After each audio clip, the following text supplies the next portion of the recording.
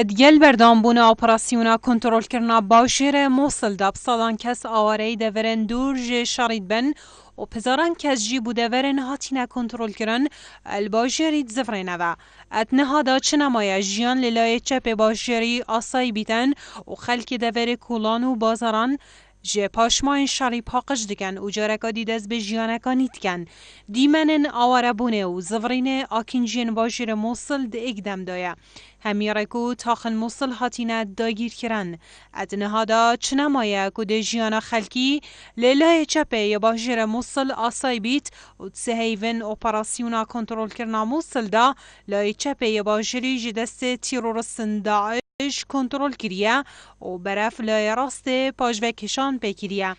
باگر خرابیا جیانه ادبن دست داعش دا صدان کس لتاخن برخری بار دیجلی آوری دوروبرن موصل دبن وکی روین جدست داعش بحث دکن جیان لتاخن نزیکی لای راست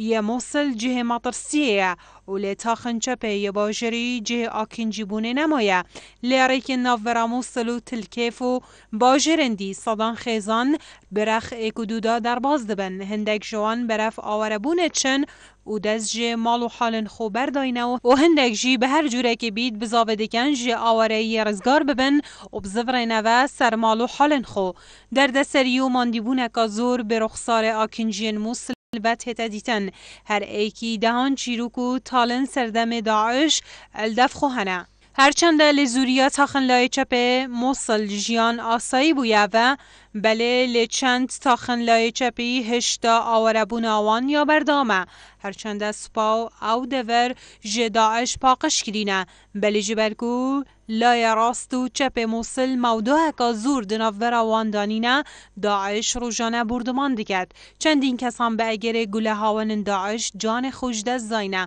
گله لای راسته یه موصل آراسته لای چپ کرینه حکومت هرما کردستان راگهاندنه که دا آماجه به چند کریه الگرشیان آسانکاریا بزرگاندن آوان نوتو 5000 آورین موصل دکت